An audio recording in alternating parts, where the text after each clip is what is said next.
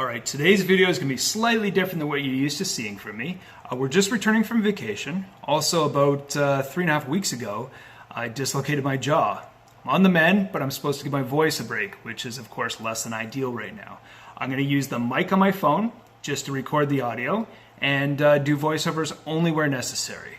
For all I know, it might make things more interesting. So stick with me. I'm going to get you some updates on where I'm at with the Scale 44 project, and then I'm going to get back to work. So right now in the shop, the only thing that is doing work is the 3D printer. If you guys don't recognize this, it's an Ender 3. It's made by Creality. I've owned 2 of these so far, and I've had really good luck with them. Now I have added a few print items like these 2 pieces just to make it a bit more user-friendly. Pretty much the only thing I've had to do was to add this magnetic print bed, and in all honesty, the only reason I had to do that was, well, some guy might have gotten a little aggressive with a putty knife and completely destroyed the original one.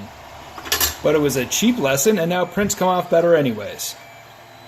Now I don't know if I've mentioned this before, but up until I got back into this Icon project, I have absolutely zero 3D print experience. So I'm kind of just learning as I go along. Currently training in Fusion 360 by Autodesk. It's pretty easy to use, and probably my favorite part is that it's free for hobbyists, so very little investment besides my time, and I can dump all my money back into stuff like this truck here. Okay, finishing up on the printer right now is what I hope to be the final version of the fan shroud for the steering servo cover I've been working on. If you follow on Instagram, you'll have seen something that looks like this. This is the mock-up version, and now the servo, which you'll see soon enough, sits underneath here, and this cover is, well, it's hiding it. Okay, first off, I will be giving a full background and overview on this body. However, I do think it warrants having its own video because it is such a large and important component to this build. Many years ago when I started this build, I'd intended for this to be my first scratch built body. But because we're dealing with Icon and I wanted to make sure all the proportions and details were as close as I could get them, I decided to call in a ringer. And who better than Richard Lutz?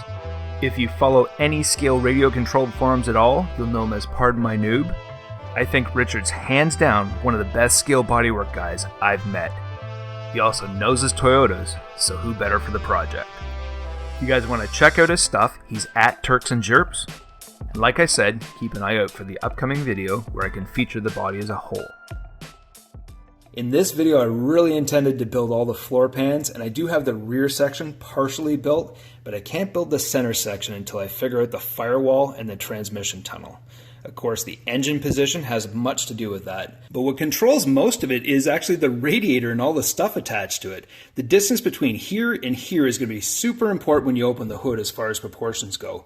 Also, like I mentioned, the distance between the back of the engine and the firewall, so there needs to be some sacrificial space. That ends up being here. This is one of the reasons that it's taken me almost 2 weeks of figuring and playing around, because every time I think I have something finished, I have to jump back into Fusion and make some tweaks, make some alterations, print a new one. It's taken me about 2 weeks of messing around to make this do this. Now this is kind of rough because, again, this is the mock-up. These portions will be trimmed, and there will be electric fans that go in here that will help distract from the fact that you will still be looking down and looking at the back of the steering servo. While I was away on vacation, I was able to pick away at these designs and refine them quite a bit. So when I returned home, I could just go and print these out while I was unpacking. And this is what I came up with. This is the final design for the 2 slices of the radiator, including the upper and lower caps that help pinch it together, the servo sleeve, and what you saw earlier coming out of the printer, and that's the fan shroud. I'm going to get started. I'm going to trim these up and get them together.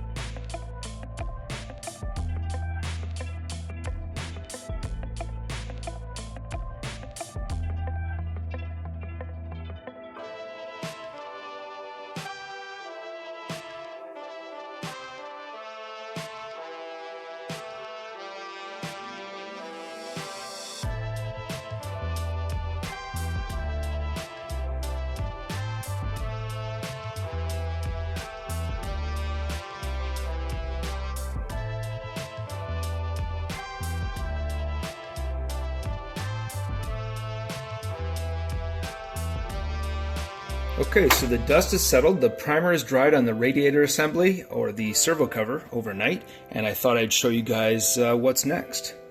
As you can see here, I have a portion of an electric fan sitting in place. Now, while it's kind of crooked, I'm just kind of giving you an idea of how this stuff will be covered up in the end. This servo cover has to still be able to slide down and has to be a pressure fit. So I need to make sure that there's clearance past all these items so it can slide down into place, because you'll still have to bolt the servo down to the mounts if you ever have to service this thing. Now, if you do this stuff all the time, you might recognize this. I think this is from Intigi, and I'm not sure if they make them anymore, but it's just a chrome-plated plastic piece, and once it's trimmed up and primed black, it actually looks pretty good. Again, its only purpose is just to cover up the back of that servo, just in case you look down on a specific angle when you open the hood. Next up on the to-do list today is a transmission cooler. It's going to sit up here. I have to make a small shim for the front of the servo cover because it sits on a slight angle. This is actually a small slice of this. This is from Thingiverse.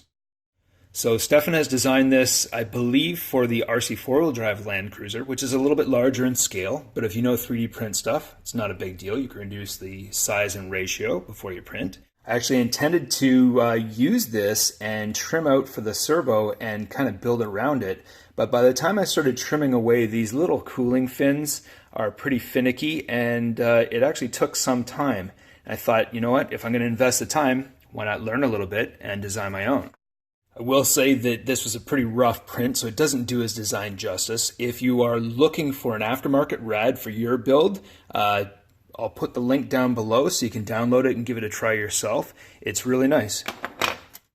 Anyways, all is not lost because I'm using a reduced section of this as the foundation for my transmission cooler. I'm going to build around it with styrene and start to add scaled detail. Also, I've left the upper and lower portions of the rad undersized so I can build onto those with styrene because I need to add the cap, the outlets for the upper and lower rad hoses.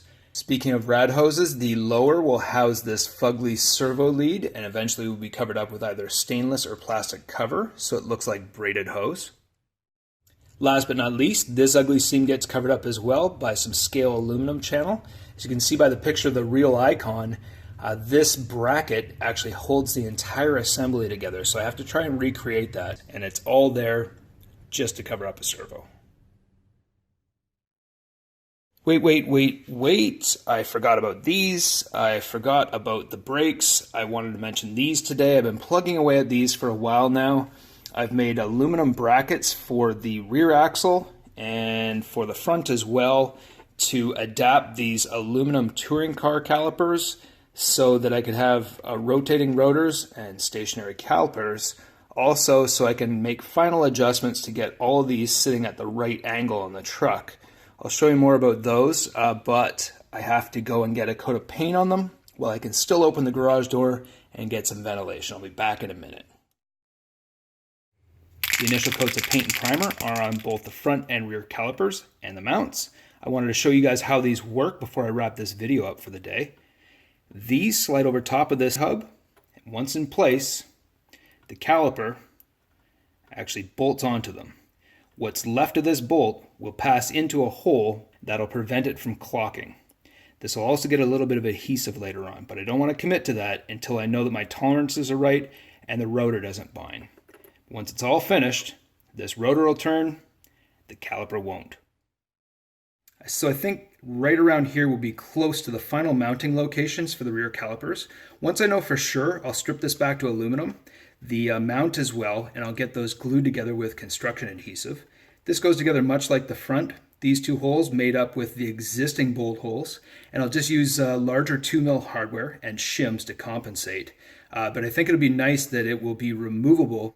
If the client ever has to service the axles, they split down the middle. So it's nice that this actually comes apart and you don't have to do any damage or do any cutting to get it off. It's not glued to the axle. This end is bolted.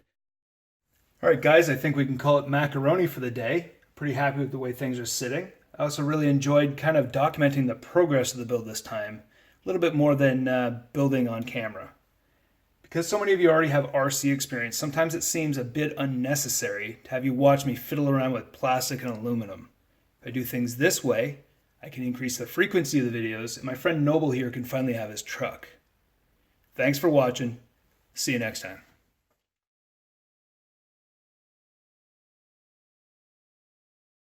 It's the definition of insanity. Okay, so welcome back. So you're gonna get practice with jump cuts today. Okay, so welcome back. Welcome back. Welcome back. Renee Zellweger eyes. What are we doing here? So I'm supposed to keep my talking to a minimum. Good luck, right? We having fun yet, or what? It's probably creepy rolling your eyes like that. Do one more. Do one more. It'll be great. Welcome back. Today's video is going to be slightly different than what you're used to seeing from me. About